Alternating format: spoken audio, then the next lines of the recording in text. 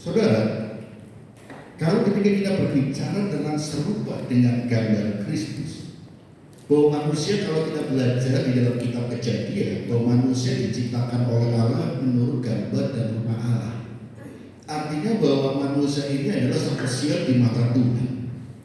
Dan oleh karena dosa, maka gambar rupa Allah itu yang telah Tuhan berikan kepada kita, tujuan daripada penciptaan manusia itu rusak. Nah, inilah di dalam proses perjalanan waktu sejarah menunjukkan di mana proses untuk pemulihan gambar dan rupa Allah itu selalu jatuh dan bangun, jatuh dan bangun, dan tidak pernah dapat menemukan gambar dan rupa Allah pada pribadi kita di sungguh-sungguh apa yang jadi harapan Tuhan. Selalu gagal dan selalu tidak bisa. Walaupun bangsa Israel melakukan korban semua ketaatan, melakukan hukum Taurat, tetapi tidak pernah dapat menemukan satu tujuan itu tercapai. Sampai pada akhirnya Tuhan Yesus datang ke surga, dari surga ke dunia ini untuk apa? Melanjutkan tentang karya untuk pemulihan gambar dan rupa Allah yang sudah Tuhan ciptakan kepada kita semua. Dan saudara, hanya lewat pengorbanan Tuhan Yesuslah di kayu salib, maka kita gambar dan rupa Allah boleh dipulihkan, sehingga kita beroleh keselamatan. Tetapi ada satu hal yang membuat kita kadang-kadang lupa akan tujuan hidup kita di dunia ini apa. Seringkali kita berpikir bahwa kita ini di dunia ini, apa kamu tujuan hidupmu? Apa tujuan kamu ke gereja? Apa yang kamu cari ketika kamu bersekutu, beribadah dan menerima Tuhan Yesus? Selalu kita akan berpikir bahwa apa yang kita inginkan, apa yang menjadi tujuan kita adalah keselamatan. Betul? Kita menerima Tuhan Yesus itu ada tujuannya adalah supaya kita diselamatkan.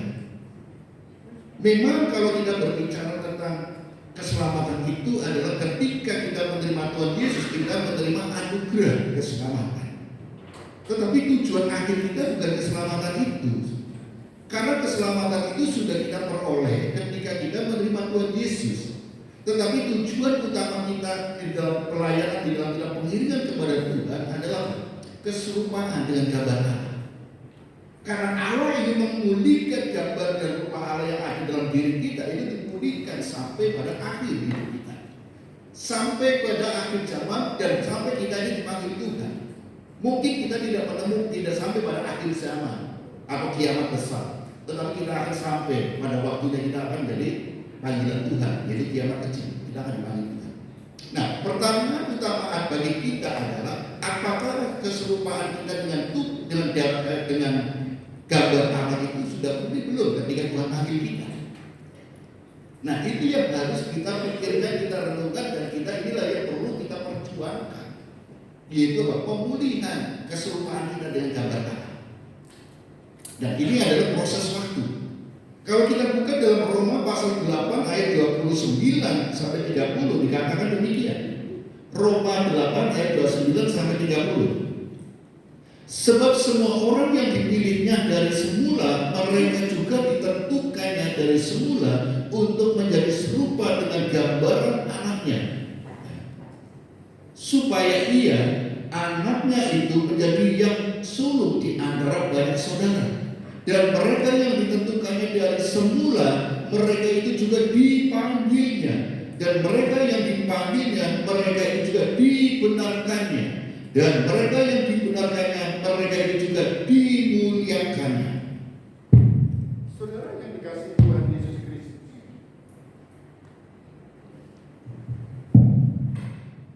jadi panggilan kita, tujuan kita adalah apa?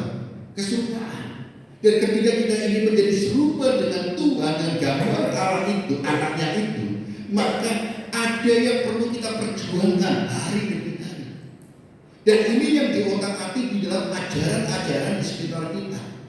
Ada yang mengatakan bahwa predestinasi untuk keselamatan itu adalah Tuhan sudah menentukan keselamatan untuk kita semua. Sehingga banyak dampak dari ajaran ini, banyak orang yang menyalahgunakan anugerah. Keselamatan itu adalah anugerah. Tetapi banyak orang Kristen, ada berbicara orang Kristen, justru karena punya ajaran tentang anugerah ini, maka terlalu ekstrim, jadi yang disebut hyper grace atau apa? anugerah yang berlebih. Yaitu mereka sekali selamat, tetap selamat. Walaupun mereka berbuat salah dan salah terus, maka Tuhan tidak melihat kesalahan itu. Tetapi keselamatan itu, anugerah Tuhan itulah yang menyelamatkan kita. Bahkan ada yang mengatakan yang berbeda ajaran ini adalah dengan apa? Aku berbuat salah sebesar apapun kesalahanku, aku minta ampun sama Tuhan, Tuhan ampuni. Betul, Tuhan itu maha ampun, maha pengampun bagi kita.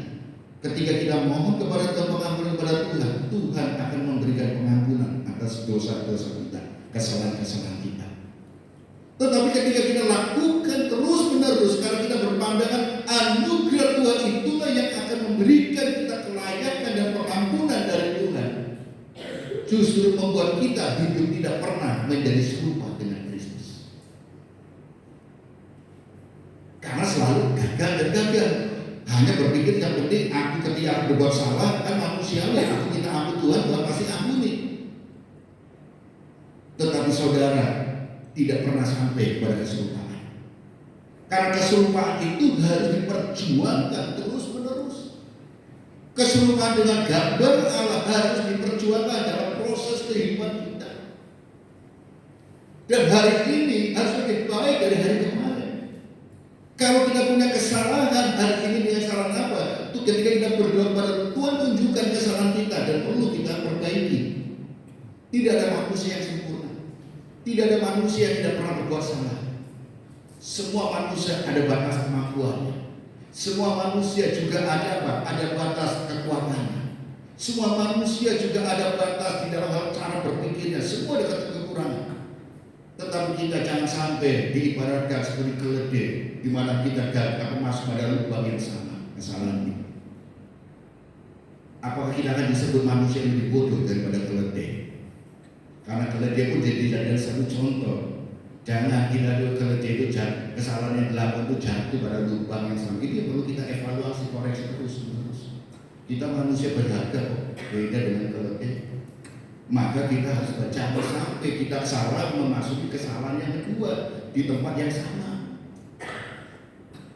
Manusia memang kadang-kadang kita lupa kita salah, tetapi jangan sampai kita harus mengevaluasi. Maka Tuhan selalu katakan kita untuk memberikan hikmat kepada kita untuk kita mempelajari semuanya. Manusia bukan robot yang selalu ditentukan oleh programnya error, akan melakukan kesalahan yang sama. Kalau robot itu akan selalu melakukan perintahnya apa ya terus, tidak bisa berpikir dan tidak bisa melakukan perlawanan. Robot adalah demikian. Karena robot diciptakan untuk mengikuti tuannya yang membuat. Di dalam pabrik, industri pun semuanya digunakan robot untuk semuanya, maka hasilnya akan sama. Tetapi kita adalah manusia yang punya diberikan otak, hikmat. Maka kita gunakan otak atau hikmat itu dengan apa? Untuk kita mengevaluasi diri untuk lebih lagi dan lebih lagi.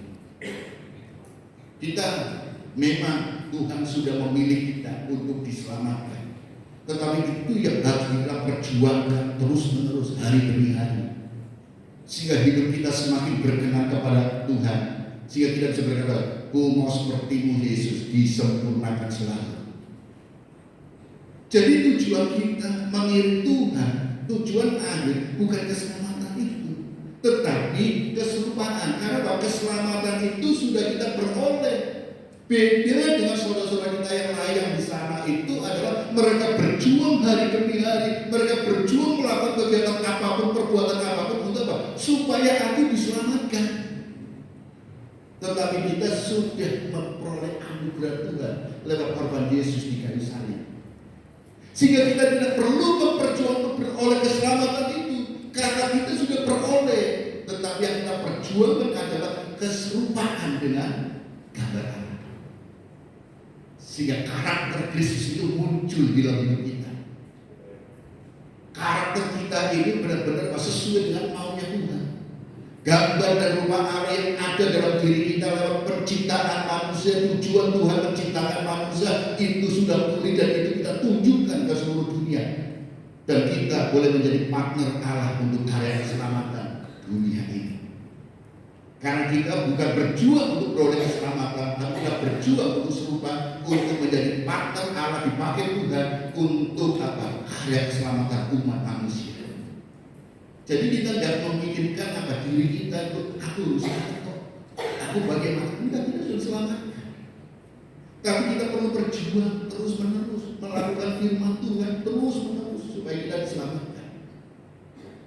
Nah, ibu bapak dan saudara yang dikasih Tuhan Yesus Kristus, sehingga tujuan Allah atas orang percaya adalah apa? Kalau kita lihat, kita dipanggil, dibenarkan, dimuliakan, dan tujuan akhirnya adalah apa? Menjadi serupa dengan gambar anaknya. Saudara, maka saudara jangan kaget, saudara jangan mengeluh, saudara jangan apa putus asa, aku ngomel-ngomel gondok ketika kita dibentuk oleh Tuhan. Bejana tanah liat, Pak Rasul Paulus menggunakan istilah bejana tanah liat yang dibentuk Tuhan itu sebagai penjinak. Dibentuk, dipukul, diambil yang kotor-kotor, yang rusak semuanya diambil semua. Tujuan apa? Supaya sesuai dengan maunya penjinak. Dan itu adalah gambar, dan sampai kita dibakar bagus, kita dibakar dan dihiasi itu karena apa? Maunya penjinak supaya kita indah di pandang orang. Ketika kita indah, hasil bencana kita indah, disukai banyak orang. Dan ketika disukai banyak orang, mereka menginginkan hidup kita, dan mereka akhirnya ingin memiliki ciptaan karya-karya dari penjungan kita. Sadar tidak sadar, kita sudah menjadi kesaksian untuk semua orang. Karya penjungan Kristus ini seperti ini, dan ini akan menjadi suatu nilai yang mahal dan dicari oleh orang bangsa-bangsa yang lain untuk memiliki karya dari penjungan yang luar biasa. Saudara, kadang kalau kita melihat pelelangan lukisan-lukisan, ini karya siapa? Kita nggak usah ngomong luar negeri. Karya dari Avandi, yang kalau saya jujur aja kadang melihat karya lukis Avandi, modelnya koyo apa, gitu. Saya nggak mengerti gambarnya. Ini mau gambar apa? Kadang-kadang saya bilang anak SD aja bisa gini. Tetapi bagi orang yang ahli seni bisa melihat keindahan karya ini dari mana. Karena Avandi itu pelukis yang menggunakan apa? Abstrak, saudara dia. Jadi kita lihat, tapi bagi mereka yang karya seni bagus. Tapi bagi saya nggak karya seni. Tetapi ini kayak bilang buat. Tetapi orang yang mengerti siapa maestronya di dalam karya lukis itu, dia akan mengejar karya-karya daripada Avandi, saudara. Nilainya berapa? Nggak tahu. Sudah. Karena apa? Keindahan dari karya itu yang tidak ternilai. Keindahan dari karya itu yang tidak ternilai harganya. Apalagi kita adalah bukti daripada keindahan kita karya daripada maestronya. Dan kita itu mahal, maka kita ditebus dengan harga yang mahal. Karena kita nilainya lebih daripada mahal daripada segalanya. Maka saudara, mari kita pertahankan nilai yang sudah ditebus itu, dan itu diperjuangkan untuk kita menjadi serupa dengan Dia. Keserupaan itu perlu diperjuangkan. Kita berjuang bukan untuk keselamatan, tapi kita berjuang untuk mengerjakan keselamatan. Sehingga firman Tuhan katakan, keselamatan itu bukan tujuan akhir dari perjuangan orang percaya. Keserupaan dengan Kristus dan gambarnya itu yang menjadi tujuan kita. Di dalam Filipi pasal 2 ayat 12 katakan, hai saudara-saudaraku yang terkasih, kamu senantiasa taat, karena itu kerjakanlah keselamatan dengan takut dan gentar, bukan saja seperti waktu aku masih hadir, tetapi terlebih pula sekarang waktu aku tidak hadir. Itulah keserupaan dengan Kristus. Kita ini bekerja, kita berjuang, kita diproses untuk keserupaan. Karena kita sudah beroleh keselamatan, maka ini yang harus kita pertahankan, kita perjuangkan sampai kepada kesempurnaan. Kita nggak bisa sama kualitas dengan Bapa di surga, tapi keserupaan kita ini adalah imitasio Dei, atau gambar kita adalah imitasinya Dia. Kita ini adalah gambar dan serupa dengan Allah, imago Dei. Kalau kita menggunakan bahasa Latin adalah imago Dei. Jadi kita adalah satu gambar serupa dengan Allah. Kita tidak sama, tetapi kita serupa. Dan ini yang kita perjuangkan terus menerus. Ibu bapak mengalami setiap pergumulan setiap hari. Bersyukur karena Tuhan sedang memuji, membentuk saudara. Saudara sedang berjuang untuk menjadi seorang yang pribadi yang sabar, tidak pemarah. Itu saudara akan diperhadapkan dengan orang-orang yang mungkin menjengkelkan. Beberapa hari yang lalu saya berjumpa, saya besuk para jemaat, kemudian ngobrol bagaimana kadang-kadang masalah anak adalah anak dan suami istri dan suami istri adalah masalah dengan mertua. Saya kenapa? Kami bersyukur dulu, aku bisa, aku nikah, aku nggak bareng sama mertua. Loh, kan pakai dengan bewan gitu atau get satu kan? Kamu mau anaknya, ya mau orang tuanya. Cerai pak. Terus apa lagi? Wes gini, ya itu salib. Ya itu udah salibmu, tapi di balik salib ada berkat Tuhan di situ. Saya nggak melihat untuk apa hari ini, saya nggak ngomong apa membela anak-anak untuk menantu apa, tapi saya juga menegur untuk orang tua. Jangan kalau apa juga memahami, memposisikan. Kalau ibu bapak sayang pada anak-anak, ojo terlalu kita ini ikut campur urusan rumah tangga mereka. Jangan ikut campur. Biarkan mereka membentuk rumah tangga. Sehingga saya cerita kepada jemaat ini, aku dulu menikah, ibarat kalau kita beli ke Matahari BWT, ada dapat berapa bonusnya? Saya menikah dapat BWT itu saudara. Rumah masih kontrak, jadi saya hidup, menikah langsung dapat apa? Orang tua mertua itu bareng sama saya, suami istri. Ketika saya melihat daripada hari ini ya tuh sudah menjadi tanggung jawab anak untuk ngopeni orang tua. Dan kan bersyukurlah diberi kesempatan jika orang tua ikut kita, maka Tuhan memberikan kesempatan kita untuk apa? Belajar berbakti kepada orang tua. Ketika kita berbakti kepada orang tua, firman Tuhan kata hormatilah ibu bapakmu, maka berkat Tuhan akan turun ke atas keluargamu. Percaya, tetapi satu syarat saya katakan kepada istri saya pada waktu itu bertanya. Orang tua, mami, papi boleh ikut kita, tapi satu syarat yang kamu harus kerjakan. Pertama, saya katakan, kamu jangan suka cerita-cerita masalah kita dengan orang mami, papimu. Saya katakan itu. Ya apa? Iya, lihat mami, papi itu, pokoknya mami, papi pasti bela kamu. Aku dibungsu satu rumah.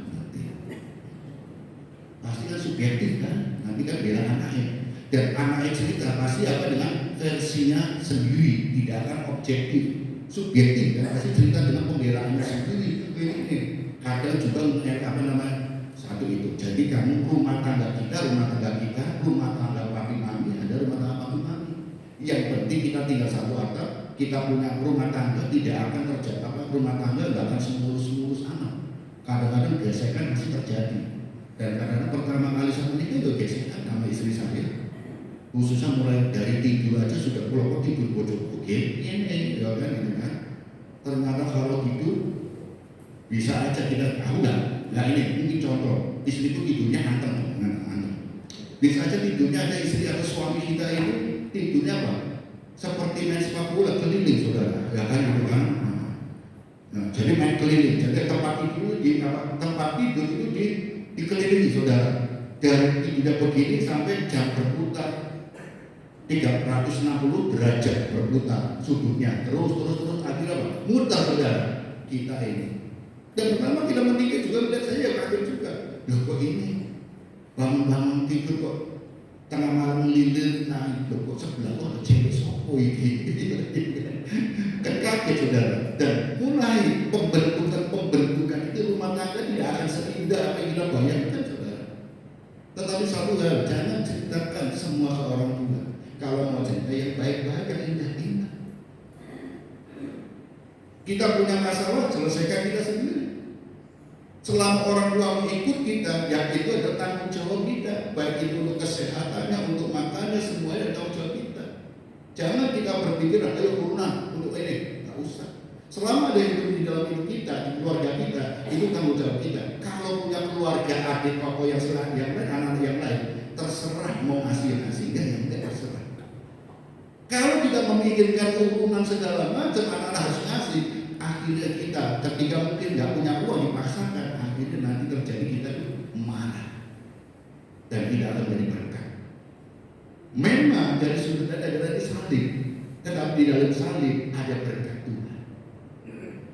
Yang kedua saya katakan, kamu nggak boleh ngomongin kejelekan aku. Memang aku jelek, tapi aku ganteng. Gitu dan artinya, kalau kamu ngomong jeleknya saya, kekurangan saya, sadar tidak sadar, kamu itu adalah penunjukan kamu itu bodoh. Loh kok bodoh? Terus nanti bodohmu yang lain, bodohmu banyak kekurangan. Loh kamu kok mau milih? Berarti dia lebih bodoh dari enak daripada aku kan? Jadi kata-kata gitu, ya oke, kita sepakat. Deal. Jalan rumah tangga. Dan puji Tuhan, saya berumah tangga. Dari rumah saya kontrak, pindah-pindah kontraktor dan dari sini pindah ke sini. Akhirnya Tuhan berkati sebuah rumah. Dan saya percaya ketika saya 3 orang tua ikut saya bersyukur. Walaupun mertua, saya minimal sudah punya pendoa 2-3 orang itu istri saya dan orang tua papa papi mami ada itu saya pasti dia mendoakan anak mantunya. Dan saya di rumah sudah punya 3 pendoa, istri, papi mami mertua. Itu 3 pendoa saya sudah. Sehingga ketika mami dipanggil, papi dipanggil Tuhan 2014 kalau nggak salah, hilang 1 pendoa. Ketika 2 hari kemarin mami dipanggil Tuhan, saya berpikir, aku kehilangan 1 langganan ojek saya, saudara. Jadi kalau hari Senin dia ibadah di Muria itu tukang kemana-mana tukang ojeknya saya itu langganannya. Saya antar, saya jemput, saya. Dan ketika dipanggil Tuhan, maka pelanggan saya ojeknya itu hilang 1 pelanggan tetap. Kedua saya juga kehilangan pendoa. Ibu Bapak, mungkin kita Tuhan dari sisi Tuhan, kalau kita melihat kekuatan kita itu salib, tetapi itu berkat Tuhan yang Tuhan berikan kepada kita. Bagaimana respon kita menerima salib itu? Kalau kita merespon dengan sukacita, percayalah berkat dengan Tuhan. Jadi ibu bapak dan saudara semuanya yang sudah sepuh mungkin tinggal dengan anak-anak, ayo belajar jangan ikut campur urusan anak. Yang anak-anak ayo belajar, ini rumah tanggamu, kamu sudah dewasa, sudah menikah, sudah punya anak, urusan rumah tanggamu. Kamu punya ini orang tua dia itu urusan ini kesempatan yang langka engkau bisa mengurus orang tua, bisa berbakti kepada orang tua. Jangan mengeluh, jangan. Masalah nanti bagaimana bla itu urusan nanti. Yang penting kita jalani, Tuhan turut bekerja dalam segala peristiwa. Jadi jangan kita merasakan kita ini aku mampu enggak? Mampu. Karena semua Tuhan izinkan. Kalau seandainya orang tua tidak kepada kita, itu bukan karena kemauan kita. Tuhan sudah memberikan anugerah kepada kita. Jadi ibu bapak, mari kita belajar bahwa inilah anugerah Tuhan. Kita ini harus bekerja untuk melakukan setiap keserupaan dengan gambar Kristus. Maka Tuhan akan menyempurnakan terus-menerus dinamis proses. Orang-orang sekitar kita mungkin kita anggap ini kok cerewet. Tuhan sedang membentuk kita melawan orang-orang yang cerewet. Kok ini kok jengkel no? Tuhan sedang membentuk kita lewat pribadi-pribadi yang jengkel. Mama, papa, lihat anaknya. Kok anakku kok begini, susah diatur. Gak usah bingung. Jangan diatur anak-anak, tapi dinasehati. Anak udah gede jangan diatur-atur lagi, tetapi dinasehati. Gak bisa dinasehati, didoakan. Jangan sampai mikirin anak, ibu bapak, orang tua jadi stres, stroke saudara, rugi. Bawa dalam doa saja. Kita bisa ngatur anak sudah gede, sudah biarkan aja. Tidak doakan, kasih nasihat. Setelah kita kasih nasihat, belum ini doakan. Minta perlindungan apapun itu anak. Tidak ada bekas anak, tidak ada bekas orang tua atau mantan anak, mantan orang tua. mantan istri ada, mantan suami ada, tapi mantan anak, mantan orang tua tidak ada. Ini yang harus kita pikir. Doakan, doakan, doakan. Apapun anak kita nakal, bandel, itu pun juga karena kalau kita mau jujur introspeksi, itu juga adil kita juga. Jadi kita mendidik anak itu, kita jangan lihat ini baiknya aja.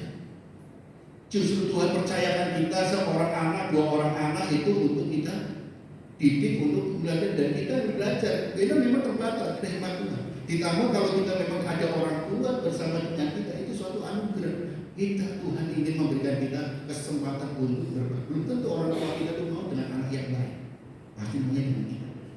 Dia memilih kita, berarti anugerah Tuhan.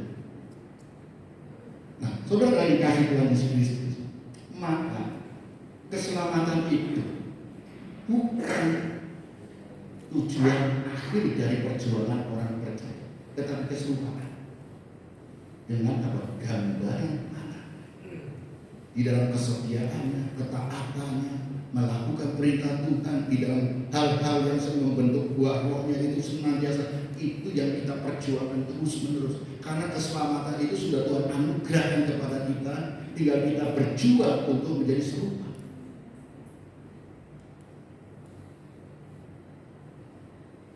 Yang pertama kita lihat, di dalam kita menjadi serupa dengan Kristus, maka yang perlu kita ingat adalah bahwa yang pertama adalah kita ini dipanggil Tuhan untuk menjadi miliknya, saudara.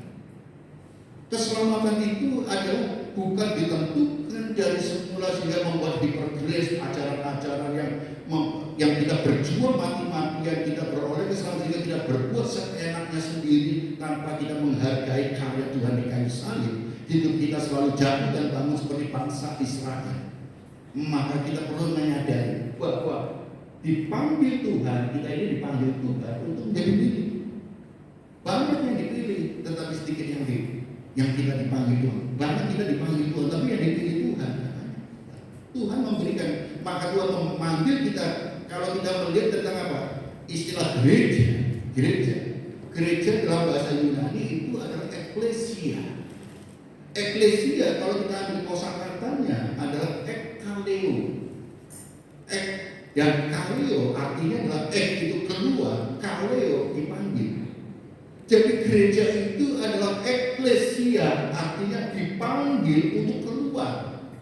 Dipanggil keluar dari mana? Dari cara hidupmu yang lama. Kamu menjadi milik dunia, kamu menjadi milik mungkin iblis, milik pribadi-pribadi yang mana? Kamu menjadi milik dunia ini, kuasa-kuasa kegelapan. Tapi kamu dipanggil keluar untuk masuk dalam persekutuan Kristus, menjadi milik Tuhan. Itulah gereja, istilah gereja. Ekkaleo, eklesia, ekkaleo. Dipanggil keluar dari cara hidupmu yang lama, cara-caramu yang lama, penyembahan, keyakinanmu, semuanya cara-cara yang lama kamu tinggalkan, dipanggil untuk keluar dari kegelapan. Sehingga kita menjadi masuk dalam keluarga Allah. Kita dipanggil untuk keluar. Untuk apa? Menjadi milik Tuhan. Gereja adalah kumpulan orang-orang yang sudah menerima Tuhan Yesus. Kumpulan kita di sini. Maka firman Tuhan katakan di dalam Roma pasal 1 ayat 6 dan 7 dikatakan demikian. Kamu juga termasuk di antara mereka. Kamu yang telah dipanggil menjadi milik Kristus. Kepada kamu sekalian yang tinggal di Roma dan dikasih Allah, yang dipanggil dan dijadikan orang-orang kudus. Kasih karunia menyertai kamu dan damai dari Allah, Bapa kita dan dari Tuhan Yesus Kristus. Kita dipanggil Tuhan menjadi miliknya. Keluar dari cara hidup kita yang lama. Keluar dari apa? Perkumpulan-perkumpulan yang lama. Keluar dari persekutuan yang lama. Tidak dipanggil keluar. Oleh karena itu sesuatu yang tidak berkenan kepada Tuhan kita tinggalkan. Karena kita ada ciptaan yang baru, manusia yang baru, menggunakan standar hidup yang baru, menggunakan satu pemahaman paradigma yang baru, bukan yang lama. Oleh karena itu saudara, sesuatu yang tidak berkenan kepada Tuhan kita tinggalkan. Ketika saya besok jemaat ngobrol-ngobrol, ya kan, dengan orang tuanya, bapaknya, saya katakan anak-anak saya ini bandel-bandel. Oh, akhirnya, iya, kita ini nggak boleh tinggal leluhur-leluhur. Betul, betul, kita nggak boleh melupakan mereka karena mereka yang berjasa, mereka punya keyakinan yang lain. Sehingga saya katakan, ya seperti saya dulu, saya diajar orang yang sebagai papa saya bahwa tiang Tuhan itu adalah, kamu bisa mau melihat Tuhan itu dari mana? Tiang itu nggak jauh. Tuhan itu adalah apa? Orang tuamu yang ada di dunia ini. Kalau kamu menyembah Tuhan, maka sembahlah orang tuamu. Karena orang tua itu ada di dunia kamu, lagi di dunia ini kamu sampai sekarang hari ini ada mungkin sukses itu karena orang tua. Iya, saya setuju, itu yang diajarkan papa saya. Kalau kamu ingin melihat Tuhan, lihatlah orang tua. Saya setuju. Tetapi firman Tuhan katakan adalah kita ini adalah menghormatilah ibu bapak. Leluhur kita harus kita hormati. Tetapi yang tidak boleh firman Tuhan katakan kita menyembah. Beda ya, kata menyembah dengan menghormati beda. Menyembah itu berarti menjadikan leluhur itu Tuhan kita sembah. Tetapi kalau kita menghormati adalah mereka adalah karena saya kagum, saya hormat, saya mengasihi, maka saya hormat pada dia. Saya bisa sukses sampai hari ini, saya masih hidup dan saya bisa ini semua adalah apa? Orang tua saya, leluhur saya, maka saya menghormati dia. Menghormati apa? Terserah caramu, menjaga nama baiknya, kamu jaga. Menghormati apa? Peninggalan-peninggalannya kamu hormati, kamu rawat. Mungkin kuburannya rawat. Karena ini ada pribadi yang telah berjasa untuk saya. Hari-hari tertentu, umpamanya pas ulang tahun kita rayakan, silakan, itu kita menghormati. Tetapi yang tidak boleh adalah menyembah. Beda menghormati dengan menyembah beda. Kalau menyembah berarti kita apa? Menjadikan Tuhan. Tapi menghormati karena dia adalah pribadi yang sangat-sangat berjasa atas hidup kita. Kita patut menjadi orang percaya, tak hormatilah mereka. Ibu bapakmu, emak, engkau dan segala macam, hormati aja. Kenang, mungkin kita ada prasasti makamnya, rawatan makamnya, silakan. Tetapi menyembah itu hanya Tuhanlah, only one yang harus kita sembah. Dia adalah segala-galanya, tidak boleh ada ilah lain dalam hidup kita. Menyembah dengan menghormati itu berbeda. Kita sebagai orang percaya, hormatilah mereka. Menghormati dengan menjaga nama baiknya, menjaga meneruskan perjuangannya, menjaga peninggalannya, kita jaga untuk kita menghormati mereka. Beliau telah berjasa atas hidup kita. Tetapi yang kita sembah hanya satu, Tuhan Yesus Kristus. Hanya satu. Jadi kita bisa membedakannya antara menyembah dan menghormati. Kita ini menjadi dipanggil untuk jadi dan akan jadikan satu saksi. Dari berdosa, ditebus, dikuduskan sehingga menjadi miliknya. Dipanggil Tuhan.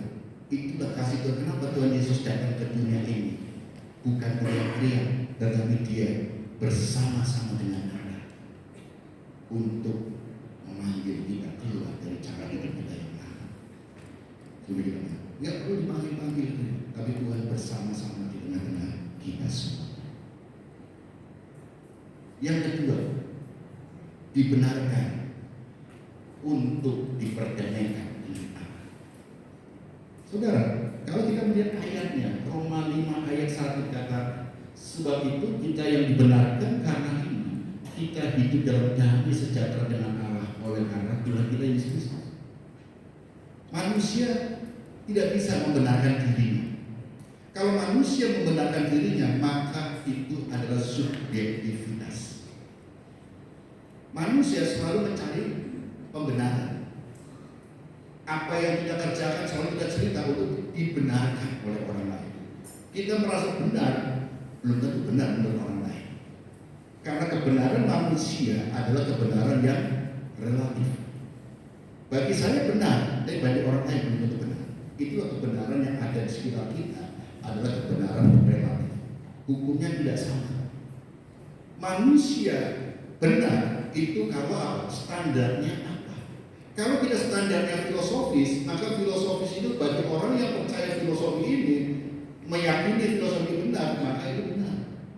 Tapi bagi orang yang tidak berpegang pada filosofi ini, Dan filosofi atau filsafat itu akan tergeser dalam perjalanan waktu, tidak akan permanen. Karena filosofis itu adalah karya manusia, pada waktunya akan surut dan itu tidak akan dipakai. Oleh karena itu akan diuji terus. Yang ibu bapak yang anak-anak yang kuliah atau ibu bapak yang kuliah tentu ada yang disebut mengerjakan tugas akhir, baik itu skripsi, tesis ataupun disertasi. Untuk S1 itu adalah menguji teori-teori. Untuk S2 adalah tentu setelah kita melihat teori-teori ini kita uji, nah baru kita menerapkannya teori-teori itu di dalam suatu konteks. Itulah tesis. Maka biasanya tesis itu akan digunakan dengan cara penelitian lapangan, kuantitatif, gitu, diteliti lapangan. Teori yang saya sudah pelajari ini, apakah itu sesuai dengan ini, masih relevan atau tidak, kita tes di lapangan. Ternyata teori yang saya yakini benar di lapangan ternyata keliru. Atau kalau nggak keliru dalam konteks ini benar, cocok, tapi dalam konteks tertentu tidak cocok. S3 atau untuk mengerjakan disertasi, maka dari hasil penelitian inilah akan membentuk mungkin melahirkan satu teori baru, itulah disertasi. Dengan teori baru ini akan mengalahkan teori yang lama-lama ini, akan terhapus ini, karena muncul teori yang baru. Nah ini akan berjuang, karena apa? Perubahan dunia akan terus menerus, perubahan budaya, perubahan semuanya berubah, maka teori itu akan berubah. Tetapi kalau kita menggunakan standar firman Tuhan yang kekal dan tidak pernah berubah, relevan sepanjang masa, maka kebenaran yang kita lakukan itu tidak akan pernah lekang oleh waktu, tidak akan sirna oleh apapun perjalanan hidup manusia. Ini akan menjadi standar hidup kita. Oleh karena itu, jadikan standar hidup kita sesuai dengan firman Tuhan yang tidak pernah lekang oleh waktu, yang tidak pernah surut oleh zaman, tapi terus menerus akan satu kebenaran, dan ini yang akan membenarkan kita. Kalau kita membenarkan lewat filosofis atau filsafat, maka itu pada zaman itu benar, dan sekarang berbeda. Dulu ada teori bulan yang mengitari bumi ini, yang mengitari apa? Matahari atau bumi kita ada porosnya, matahari dan bulan akan keliling bumi. Kemudian berubah lagi. Nggak usah jauh-jauh lah teori. Dulu ketika sebelum pandemi kita diajar banyak teori filosofi, teori psikologi mengatakan anak-anak kecil tidak boleh pegang gadget. Berapa usia anak pegang gadget? 12 tahun, ada katakan demikian. Baru boleh pegangin gadget. Tetapi ketika pandemi, anak-anak itu belajar di mana? Di rumah. Rebutan sama mamanya, papanya. Apalagi kalau handphonenya di rumah cuma satu, mamanya ini, papanya mau kerja, handphone mau dibawa, tapi kalau dibawa papanya kerja, anaknya belajarnya bagaimana? Nggak ada tempat belajar. Akhirnya lah, teori itu akhirnya tidak berlaku lagi. Teori itu anak-anak bukan 12, tetapi mulai anak TK aja itu sudah belajar lewat ini kok, lewat gadget kok ini kan. Nah mulai ini teori berubah lagi. Karena apa? Dipengaruhi oleh lingkungan. Nah ini Bapak dan Saudara kasih Tuhan Yesus. Kita dibenarkan karena apa? Kita dibenarkan dengan Allah, sehingga kita menjalani dalam proses perjalanan waktu untuk menjadi serupa dengan Kristus. Kita akan disebut dengan apa? Diperdamaikan dan tidak ada damai sejahtera. Di dalam Kristus ada damai sejahtera, penghiburan dan kekuatan Allah nyata. Saudara, di dalam menjalani pergumulan itu tidak gampang. Di dalam kita menjalani hidup itu selalu ada penderitaan. Di dalam menjalani kehidupan itu selalu ada kerikil-kerikil. Tetapi ibu bapak nggak usah takut, karena Tuhan yang sudah memperdamaikan kita dengan ada damai sejahtera ketika kita berjuang untuk menjadi serupa dengan Kristus. Ada perjuangan, ada damai sejahtera. Maka firman Tuhan dalam Matius katakan, berbahagialah orang yang berduka cita, karena mereka akan dihiburkan. Karena kenapa Tuhan berbagi kita berduka cita? karena kita berduka cita untuk memperjuangkan keserupaan dengan Kristus, Tuhan akan memberikan penghiburan untuk kita. Tetapi kalau kita berjuang berduka cita karena ulah kita sendiri, penghiburan kita tidak akan Tuhan dapat. Tapi ketika kita berjuang untuk menjadi serupa, ada masalah kita akan jalani, kita hanya berserah pada Tuhan, berserah kepada Tuhan, ada damai sejahtera. Tapi kalau saudara punya masalah, punya beban hidup, saudara mencari penghiburannya kemana? Ke nonton bioskop, nonton apa segala macam, nggak ada penghiburan Tuhan. Pulang dari nonton akan muncul masalah baru lagi. Tapi kalau kita melakukan duka cita itu karena apa? Karena kita melakukan tugas kita, kewajiban kita untuk menjadi serupa dengan Kristus, maka Tuhan akan memberikan penghiburan untuk kita. Walaupun ibu bapak secara fisik sakit, walaupun secara hati itu mangkel, walaupun segala macam membuat hati kita menjadi gak senang, tetapi ketika Tuhan, apa kok bisa terjadi? Tuhan akan memberikan penghiburan demi penghiburan. Firman Tuhan akan menjadi rema untuk ibu bapak dan saudara. Percayalah, karena kita hidup itu untuk menjadi serupa dengan Kristus. Untuk menjadi serupa itu bukan kita berjuang sendiri, tetapi ada penyertaan Tuhan. Karena Tuhan itu penjunan kita. Tuhan akan membentuk kita, dan itu tidak akan terus kerikil, karena ini jadi kerikilnya, jadi kotoran yang akan merusak dari hasil karya ini. Diubah, diambil lagi. Jadi bukan karena usaha kita, tapi karena Tuhan melihat ini akan mengganggu hasil karyanya, dibuat. Kalau saudara punya ditunjukkan masalah dalam hidup saudara, ada masalah, bersyukur Tuhan tunjukkan itu pada saudara. Kalau Tuhan menginginkan saudara menjadi sempurna, menjadi karya yang mahal. Dan dalam ketika kesakitan kita ada penghiburan dan sejahtera dari Allah kita semua. Amin. Jangan mundur, tetap maju. Yang ketiga kali kita dimungkinkan ketika kita berjuang untuk menjadi serupa dengan Kristus. Saudara, jangan kita ini merasa gak tahu apa-apa. Ada kemuliaan, ada mahkota yang diberikan. Di dalam 1 Petrus dikatakan ayat 1 Petrus 1 ayat 6 dan 7. Bergembiralah akan hal itu, sekalipun sekarang ini kamu seketika harus berduka cita oleh berbagai pencobaan. Maksud semuanya itu ialah untuk membuktikan kemurnian imanmu yang jauh lebih tinggi nilainya daripada emas yang fana yang diuji kemurniannya dengan api, sehingga kamu memperoleh puji-pujian dan kemuliaan dan kehormatan pada hari Yesus Kristus menyatakan dirinya. Ada mahkota yang Tuhan katakan untuk kita diberikan. Itu adalah mahkota kita. Tetapi saudara juga ketika saudara berjuang untuk mempertahankan nama Kristus, untuk jadi serupakan dengan gambar anaknya, saudara akan dipuji. Walaupun saat ini saudara belum dipuji, nanti dalam perjuangan akhir akan dipuji. Saudara lihat pahlawan-pahlawan iman. Kalau kita melihat tokoh-tokoh Alkitab, siapa yang tidak mengenal Yohanes? Rasul Yohanes. Siapa yang tidak mengenal Petrus? Siapa yang tidak mengenal Paulus? Ketika siapa yang tidak mengenal Yesus? Ketika Yesus pelayanan, orang-orang mencaci maki Yesus sampai terbunuh Yesus. Tetapi kita lihat setelah Yesus mati dan bangkit, maka membuktikan nama Yesus harus dikenal, dipuja-puji. Rasul-rasul juga demikian. Ketika dia melayani, nama itu dicaci maki rasul-rasul. Orang tersebut dicaci maki semuanya. Tapi ketika dia sudah dipanggil Tuhan, perjalanan waktu namanya harus muncul. Saudara, penginjil kita, kalau kita lihat mau mention penginjil di misionaris. Ketika dia melayani sebagai misionaris, baik itu di Tanah Batak, Papua, dan di daerah-daerah di Jawa segala macam, dulu banyak dimusuhi orang.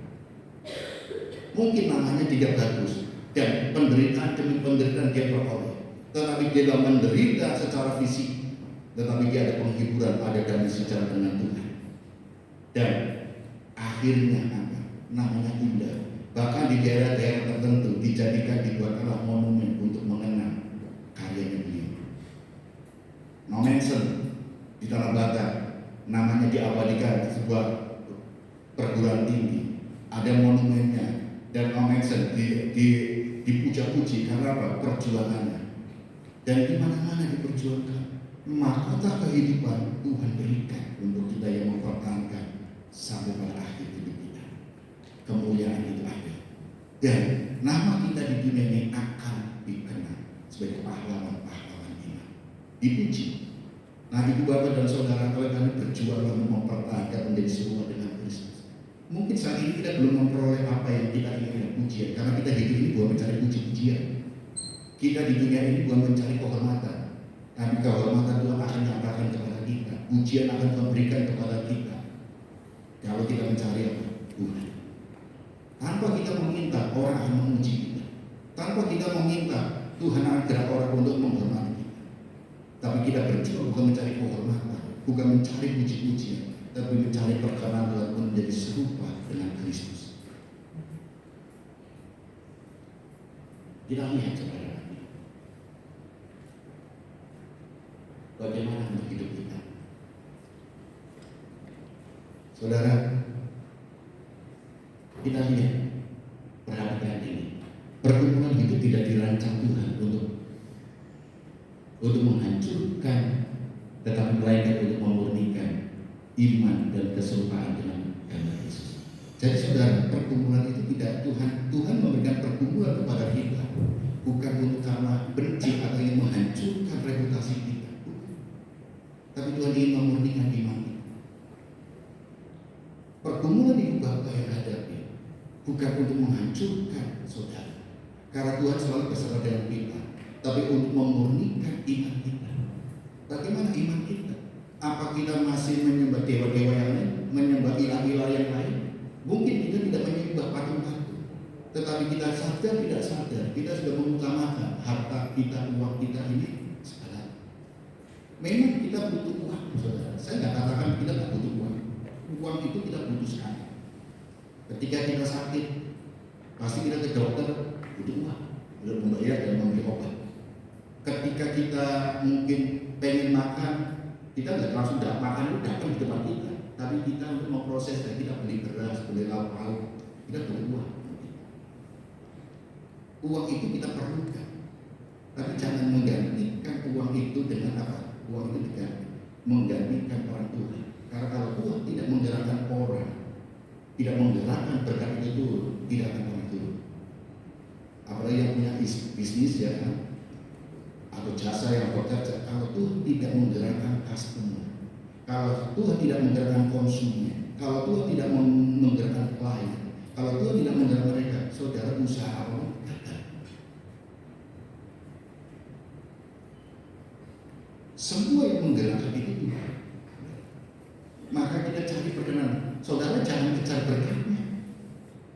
Saudara jangan kejar buahnya. Tapi saudara yang harus buat adalah pelihara atau pokoknya ini, batang ini, pohonnya ini harus saudara pelihara. Sumbernya ini ya saudara pelihara. Jangan selalu buahnya. Kalau buah aku punya uang, aku tidak beli buah. Tapi saudara tidak bisa membagi berkat itu kepada orang lain. Tapi kalau saudara punya pemelihara pohonnya, maka buah itu akan tumbuh pada waktu yang berbuah. Buah itu saudara nikmati dan akan dibagikan. Oh, di sini yang Cianjur, dia sampai punya pohon mangga. Karena saya goda, ayo Ci, rujaan. Wis gak ono sentek. Terus kalau masalah, tapi ada mesti digenteng-genteng. Angin ngambilnya, gampang nanti tak suruh orang sini ke sana mengambil. Nah, pohon sini banyak apa namanya atlet-atlet panjat ini kok panjat pinang di sini juga naik pohon bisa. Dia bisa berbagi kepada tetangga-tetangga, buah mangganya itu dibagi. Tapi kalau kita beli, paling kita mampu kita beli berapa? Paling secukupnya kita beli. Tapi kalau kita memelihara pohonnya, kita bisa ada buah, ada kepuasan, ya ada satu kepuasan. Kedua kita bisa berbagi kepada sesama kita, tetangga-tetangga kita, dan itu akan berbuah terus-menerus, gitu. Nah, ini harus kita pelihara pokoknya, pokok anggurnya atau buah pohonnya ini yang kita pelihara. Saudara, di dalam penginginan kita pada jangan terlalu minta berkatnya.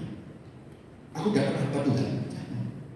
Pelihara ini sumbernya ini loh, sumber berkatnya ini loh. Tuhan yang menggerakkan semuanya, ini yang kita pegang. Gitu. Maka akan diberkati, tidak akan mengalir terus. Kita bisa berbaik kepada sesama. Nah, saudara, pergumulan hidup tidak dirancang Tuhan untuk menghancurkan, melainkan untuk memurnikan iman, sehingga kita bisa mencapai keserupaan dengan gambar Kristus. Keserupaan dengan gambar Kristus. Nah, ini Bapak dan Saudara yang dikasih Tuhan Yesus Kristus, itu jadi perenungan kita bersama. Keserupaan dengan Kristus adalah tugas kita di dunia ini. Keselamatan tidak perlu kita kerja, kita perjuangan sampai akhir.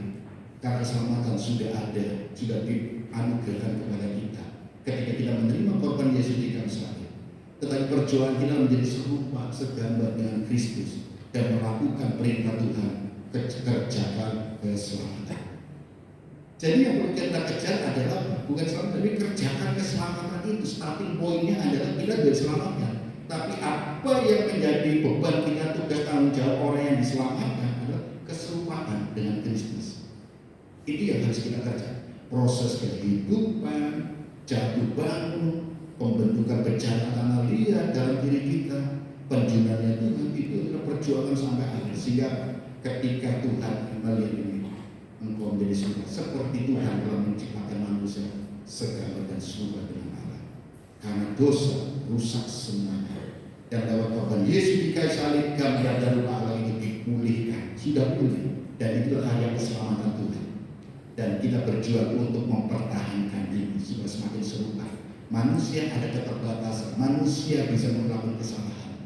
Dan itu yang adalah kita lakukan supaya menjadi lebih serupa dengan Tuhan seperti menjadi standar Tuhan. Disempurnakan selalu. Amin firman Tuhan. Mari kita akan berdoa, kita akan masuk dalam perjamuan kudus. Saya undang para pelayan Tuhan untuk masuk ke